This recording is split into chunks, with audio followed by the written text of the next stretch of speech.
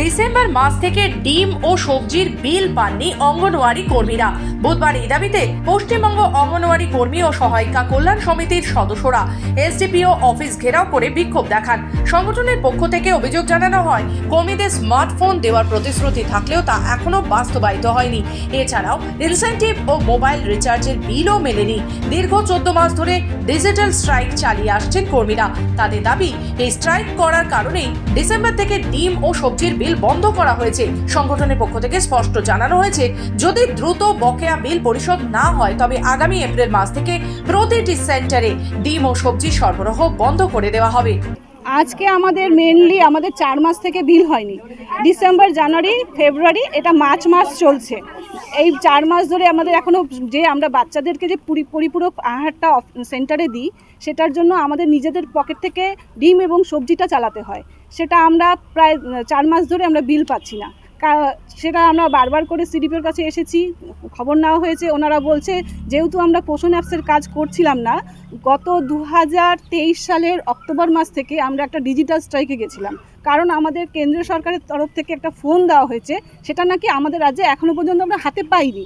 তো সেই জন্য আমরা ওই ডিজিটাল স্ট্রাইকে ছিলাম 15 মাস ডিজিটাল স্ট্রাইক করার পর গত 1 তারিখ থেকে, মার্চ মাসের 1 তারিখ থেকে আমরা ডিজিটাল স্ট্রাইকটা তুলেছি, কারণ আমাদেরকে অনৈতিকভাবে আমাদের বিলগুলো আটকে দেওয়া হয়েছিল, দিচ্ছিল না। ওনারা বলছিলেন পোষণের কাজ না করলে বিল দেওয়া হবে না। তো সেই জন্য আমাদের লাস্ট পর্যন্ত 1 তারিখ থেকে আমাদের খুলতে হয়েছে, কারণ আমরা সবাই 9,000 টাকার কর্মী। 9,000 টাকা আমাদের সংসার চালাতে হয়।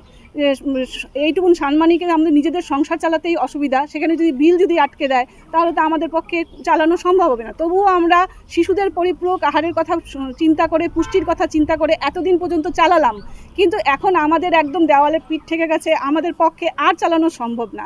আমরা বিক্ষোভ করছি কারণ আমরা তো প্রায় 14 মাস ধরে ডিজিটাল স্ট্রাইকে ছিলাম।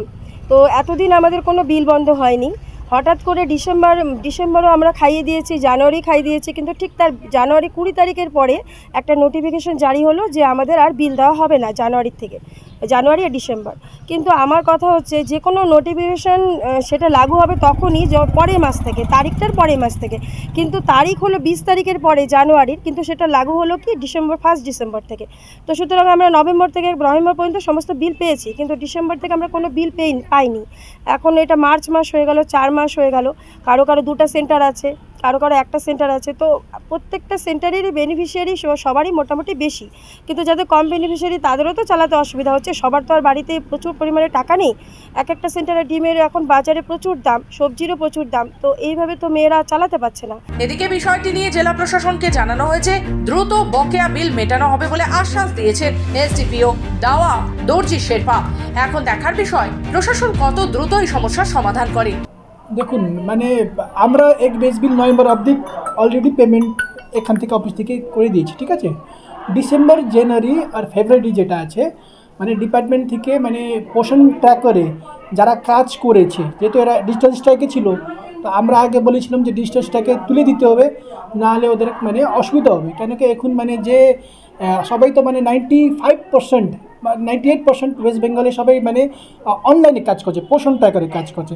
তো পোষণ ট্র্যাকারে কাজ করা ওটাকে পোষণটাকে ঠিক মতো ট্র্যাক করা, যে বাচ্চারা বেনিফিশিয়ারিস হিসাবে সে ও পাচ্ছে কি না, ঠিক আছে, HCM পাচ্ছে কি না, হট কুক মিল।